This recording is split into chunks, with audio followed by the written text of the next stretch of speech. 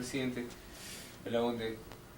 En su gobierno en 1963, antes de ello usted se presentó por el Frente de Juventudes. Sí.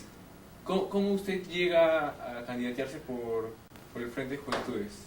Vea, yo tengo una carrera política, si podemos llamarlo así, sin pretensiones, por razón familiar y nacional. Crecí en un hogar de gente política. Mi padre fue deportado el año 24, cuando yo tenía 11 años, ¿no? Fue deportado al exterior después de una huelga de hambre y de estar 3 meses preso en San Lorenzo. Entonces, en el destierro de mi padre, que fue en mi niñez, yo he recibido la lección del mismo sobre la situación del Perú, sobre todo la parte histórica, en la cual tenemos muchas conexiones con la política peruana. En Arequipa, el abuelo de mi padre, el general Díaz-Canseco, fue presidente del Perú varias veces, breve tiempo, pero varias veces. Y por otro lado, tuvimos una relación familiar con el mariscal Castilla, que era casado con una hermana de Díaz-Canseco. De manera que había estos dos personajes que jugaron mucho en el siglo XIX y eran motivo de frecuentes conversaciones. Y yo mantuve un contacto con el Perú por el hecho de que llegaban muchos peruanos con alguna intención política. Vivían en Francia, por ejemplo, el expresidente Pardo vivía en Francia, en Biarritz, una vida discreta, pero muy honorable y muy caballeresca. Y por otro lado, de igual manera, en Niza, el que era entonces el general Benavides, que había tenido pues en su juventud un éxito en las luchas fronterizas. Llegaron también a París hombres como Ribagüero, hombres como Manuel Vicente Villarán, que eran los grandes maestros, ¿no?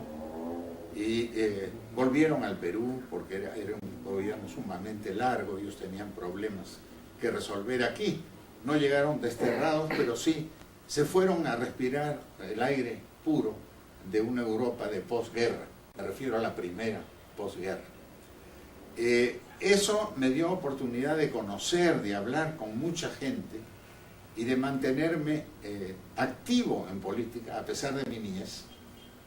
Y cuando llegué a la universidad, 6 años después, ya en los Estados Unidos, donde mi padre finalmente fue profesor de la Universidad de Miami, bueno, ya tenía un concepto formado, ¿no?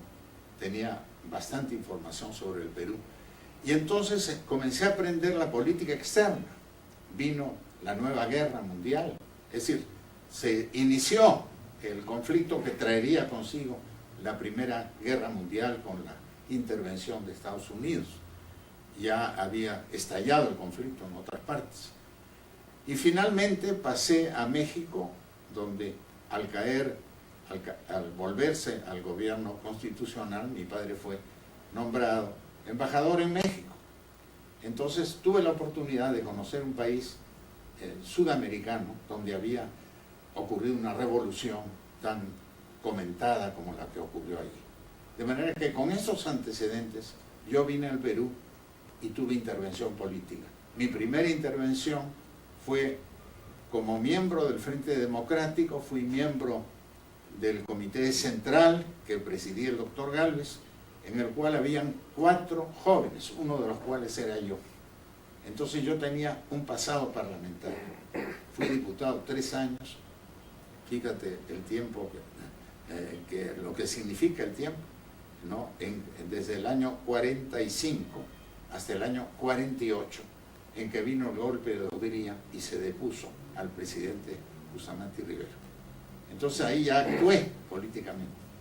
Mi candidatura, que fue promovida por el Frente de Juventudes, que presidía entonces tu abuelo, el doctor Javier Alba, un hombre más joven que yo, no tan viejo como yo, pero un hombre con 13 años menos que yo, ¿no? Y que tuvo una actuación muy constante y directiva en mi gobierno. Esa es mi síntesis.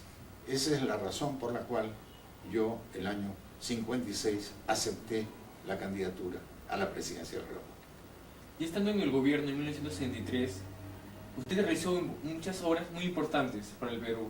¿Me podría comentar algunas de ellas? Bueno, fundamentalmente, primero la idea descentralista en su esencia, que es una descentralización municipal, porque no puede haber descentralismo si el órgano descentralista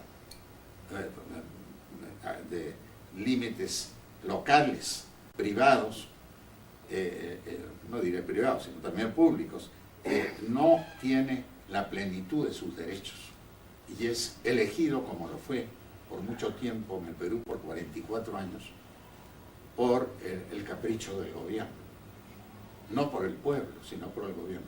A nosotros nos restauró crear la elección municipal, es decir, dimos el primer paso al descentralismo, que es una cosa que está en marcha, porque todavía el Perú tiene mucho camino que recorrer en ese sentido.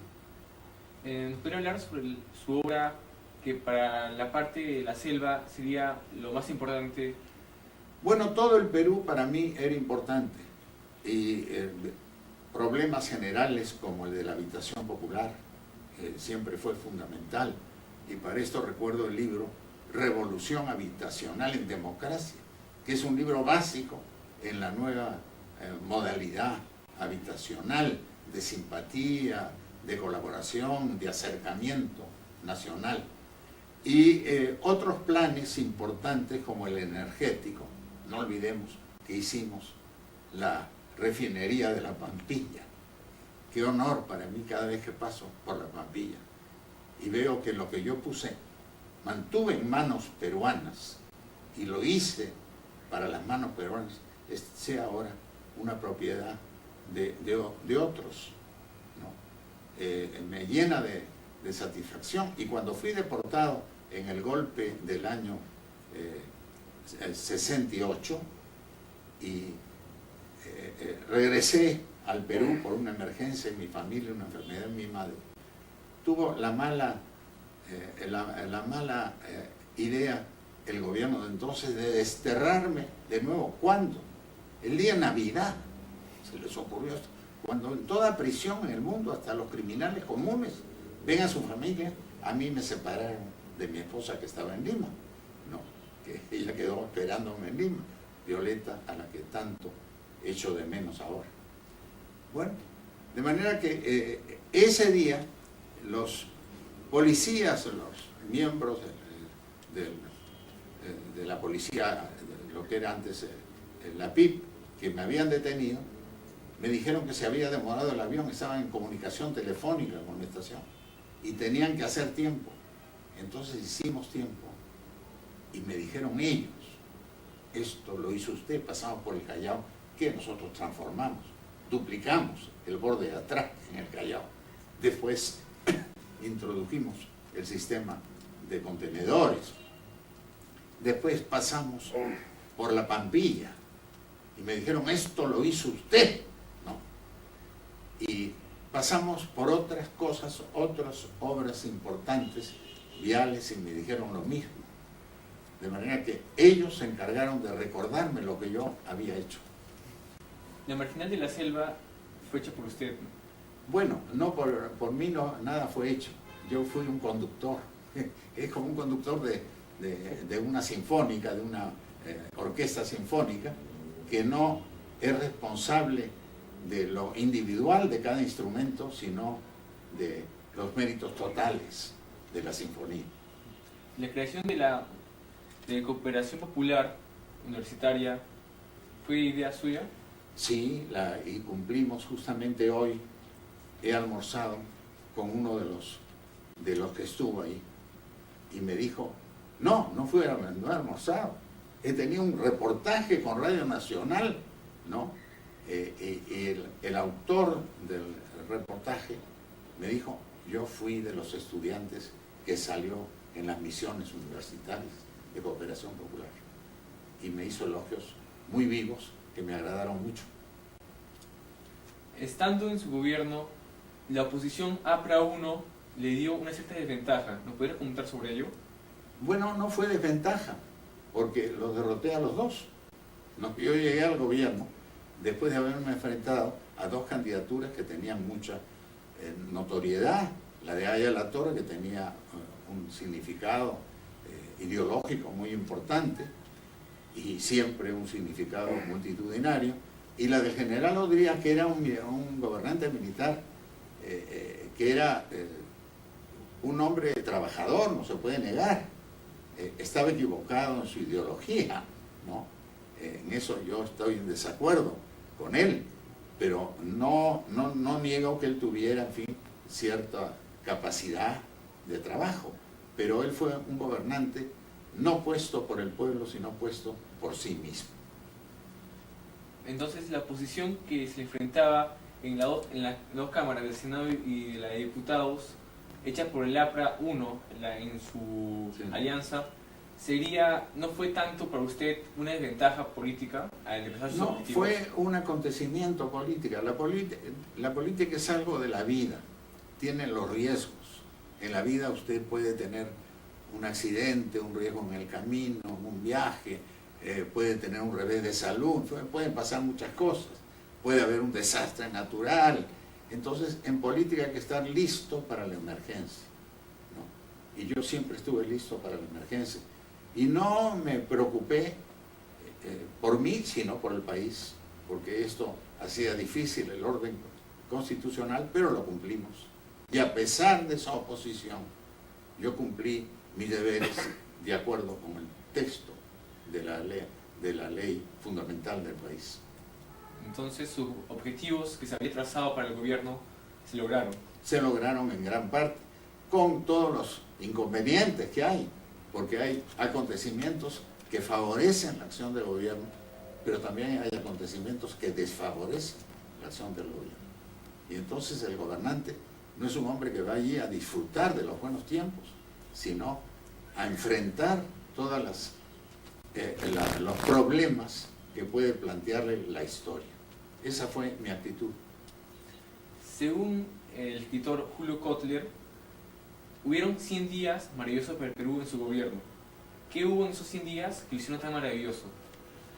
Bueno, que fueron todas cosas de mucho futuro. Por ejemplo, mi inquietud por la habitación popular está conocida por las obras que se hicieron.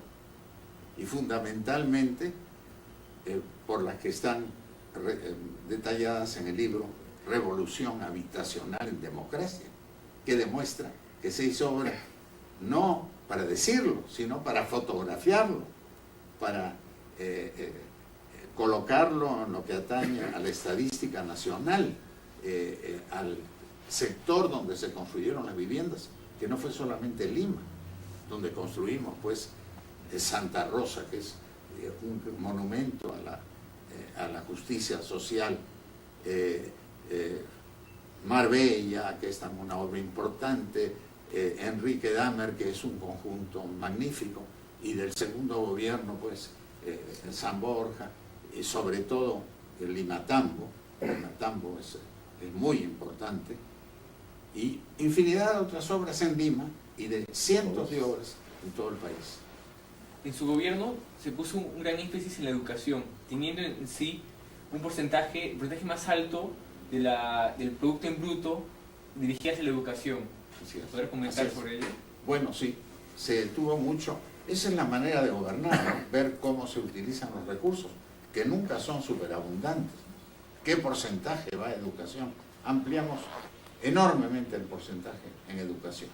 Se hicieron muchas escuelas, se mejoró al profesorado, cuyas tareas no han sido debidamente compensadas desde hace mucho tiempo, porque el costo de vida ha subido y no han subido paralelamente los saberes, situación que ahora hay que encarar y que estoy seguro el actual gobierno lo está haciendo. Entonces, para usted la educación es la base de un país, Así el es, futuro. así es. Pero no solo la educación, digamos, libresca, hay una educación sobre el alma nacional, sobre la historia nacional, las vinculaciones o las inspiraciones del pasado, la fisonomía del país, el país del arte, el país y la ciencia, el país y la economía, todo es muy, muy amplio. ¿Qué le hubiera gustado hacer en su gobierno de 1913? Más de lo que hice, siempre yo soy un descontento, porque hubiera querido hacer más, pero se hizo lo que se pudo. ¿Qué recuerdo le trae la Recoleta como colegio Constitución? Bueno, era otra Recoleta. La Recoleta mía era la de la Plaza Francia, ¿no? Yo iba a pie hasta poco antes de cumplir 12 años, que ya los cumplí en el exterior, en el desierto. Era un alumno de primaria. Casi todos mis compañeros han muerto. Lo lamento decir. Han muerto compañeros muy destacados. Por ejemplo, los Pareja. Pepe Pareja era un hombre muy inteligente, que se enfermó y murió. Y Carlos Pareja era una eminencia. Era una de las grandes promesas de la juventud peruana, para no citar sino algunos. Pero había muchos otros que han ido dejando el mundo, ¿no? Por ejemplo, he tenido el caso de un hijo de Gálvez que murió, ¿no? Y muchos otros, algunos de ellos emparentados conmigo.